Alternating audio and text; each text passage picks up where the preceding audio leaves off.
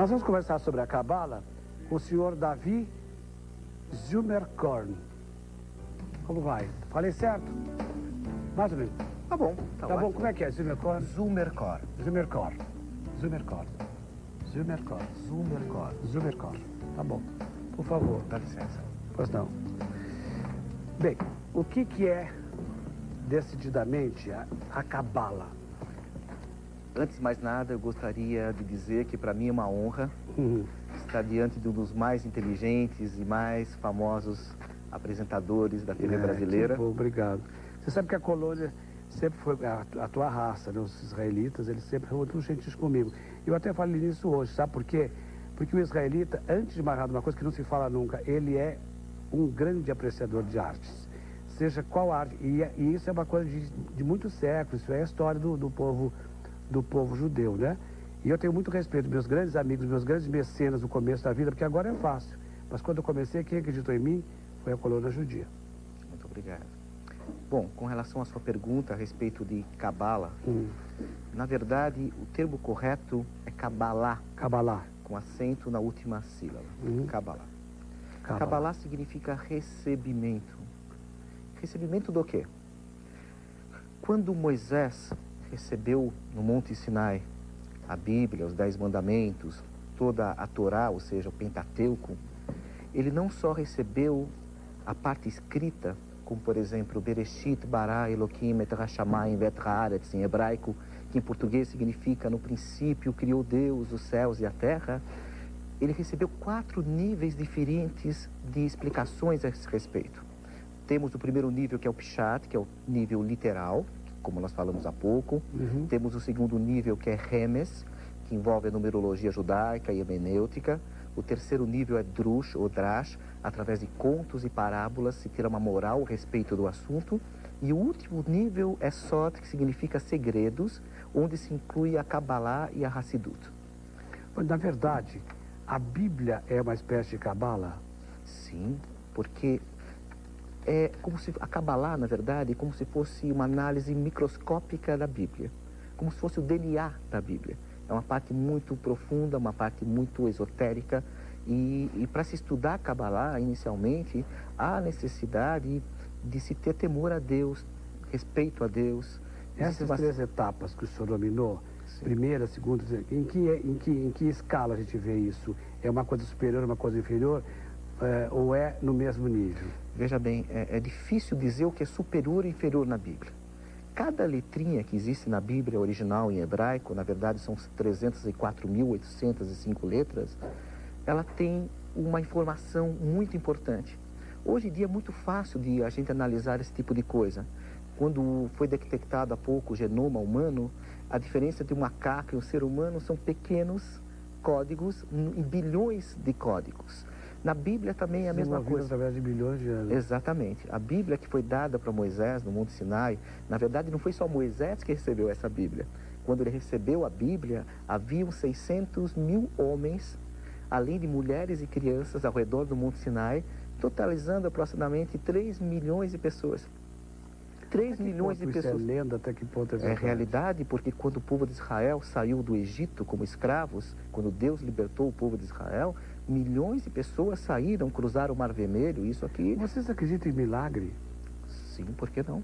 Não, porque quando o mar se abre, só pode ser através de um milagre. Um caminho para que passem os judeus dentro d'água só pode ser milagre, não pode ser de outra forma. Sem dúvida. Para nós, milagre, o que seria milagre?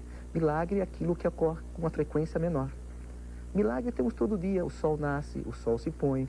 A vida é um milagre, só que às vezes a gente não dá valor para essas coisas, porque é uma coisa cotidiana. Na Cabala tem, dentro desses mistérios, tem o porquê dessa divisão chamada Torre de Babel, em que o povo se dividiu em raças e cores e tudo. Tem isso também? Sim, porque o que seria, posso explicar o que seria Cabala de uma forma mais, eu não sei quanto tempo nós temos, mas eu vou tentar ser bastante sucinto. Muito bem, apesar que o assunto é muito complexo. Eu sei, mas o povo também não vai entender uma Cabala do dia para a noite, né? Sem dúvida. Eu gostaria de dizer também que muitas pessoas utilizam o termo Cabala ou Cabalá de uma forma muito vulgar, como se fosse arroz e feijão.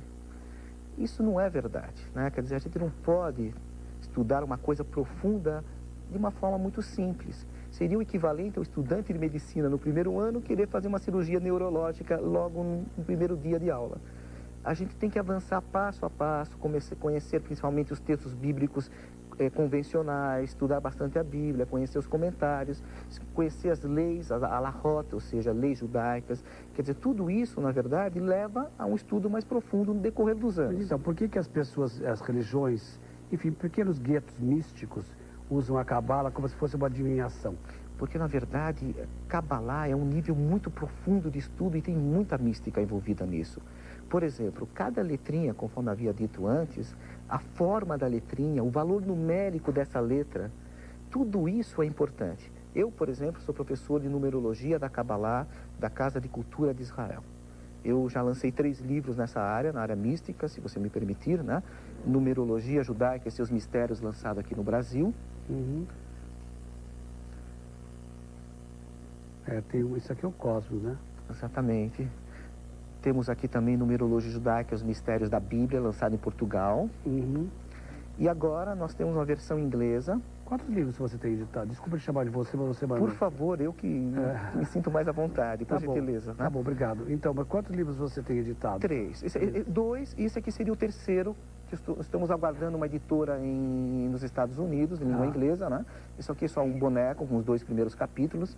É um livro que contém mais ou menos 300 páginas. Se Deus quiser. Você lê o Código da Bíblia? Exatamente, eu também trabalho com isso, mas de uma forma muito séria, sem sensacionalismo. Porque o livro Código da Bíblia não é sério?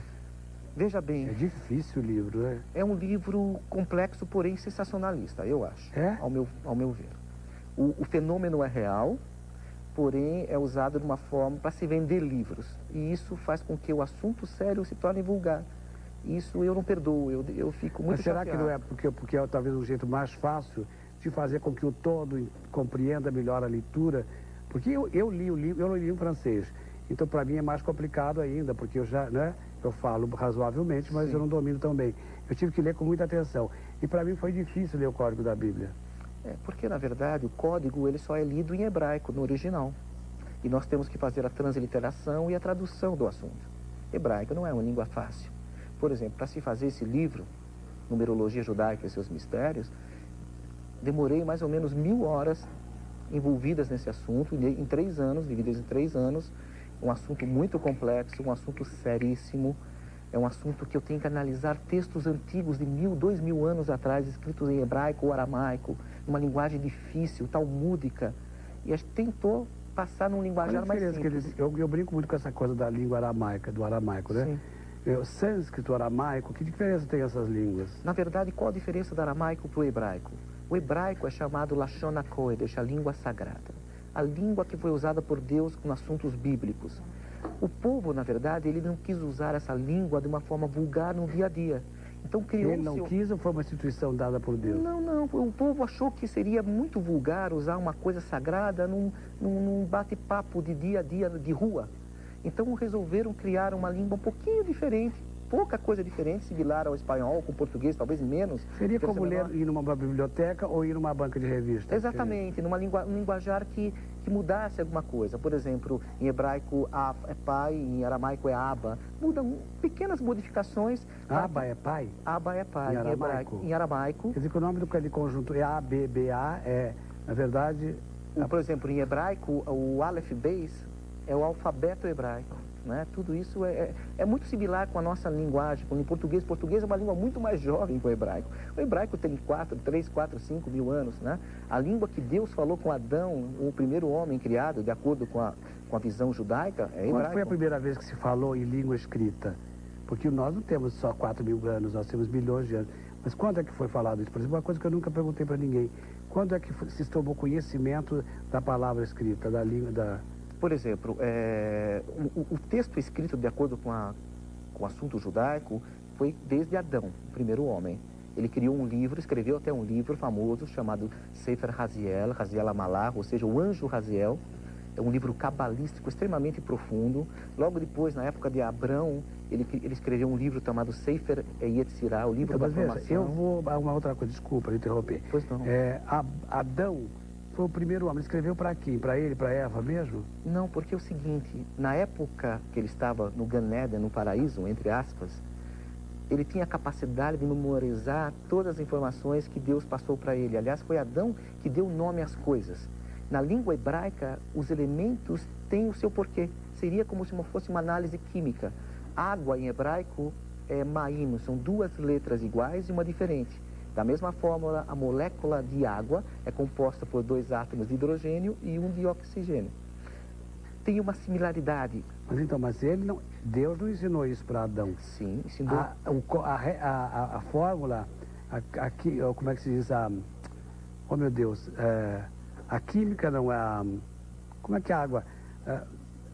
A composição da água, ele ensinou além das 2 palavras usadas no sentido, é isso, no sentido inverso? Na verdade, quem deu nome às coisas, aos animais, foi o próprio Adão. Por quê? Porque Deus mostrou para ele qual era a constituição das junções daquelas letras. As letras hebraicas têm um poder muito grande, como se fossem elementos químicos. Para se criar uma bomba atômica, usa um átomo disso, um átomo daquilo, carbono, tal, e assim por diante, e gera uma energia gigantesca. Da mesma forma. Se a língua de vocês conhece primeiro o significado das coisas da palavra através de tudo que você está me contando, por que vocês mantêm esse aspecto tão retrógrado que vocês cultivam? O que é isso? Porque a gente acredita, nós temos fé, de que essa Bíblia, esse assunto... Não, estou dizendo no sentido estético, a raça. Os cachos, a forma do chapéu... Bom, isso foi indumentária judaica no decorrer dos séculos. Hoje em dia é uma coisa mais... Mas podia ter sido uma coisa muito mais avançada e, na verdade, é uma coisa que anda para trás. Embora você seja o povo que mais andou para frente, segundo o que eu estou entendendo, que é o que você está me dizendo agora. Você pode analisar, na verdade, só faça uma análise rápida. Por exemplo, vamos analisar prêmio Nobel. O mundo tem 6 bilhões de pessoas. Nós somos mais ou menos 20 milhões de judeus num mundo de 6 bilhões de pessoas. Praticamente 50% das pessoas que receberam o prêmio Nobel são judeus. A pergunta é como num povo só de 20 milhões de pessoas, diante de 6 bilhões de pessoas, 50% podem receber realmente um prêmio dessa natureza? O que faz com que nós tenhamos essa sabedoria? A fonte da nossa sabedoria vem de Deus através da Bíblia. O estudo da Bíblia, o raciocínio faz com que a gente Vocês sabem, por exemplo, uma coisa curiosa que sempre me causou espanto e curiosidade. Se a igualdade é pregada por Deus e o Deus, segundo que se saiba, ele pertence à raça de vocês, é um filho de Deus, né? Sim. Pertence à raça de vocês já falavam com Deus há muito tempo atrás. Por que é que entre vocês não tem o humilde, aquele que trabalha para o outro? Vocês não têm empregados. Não existe empregado doméstico ou de cargos menores de origem judaica. Só um minutinho, vai me responder isso depois do carnaval, é ótimo. Depois do comercial.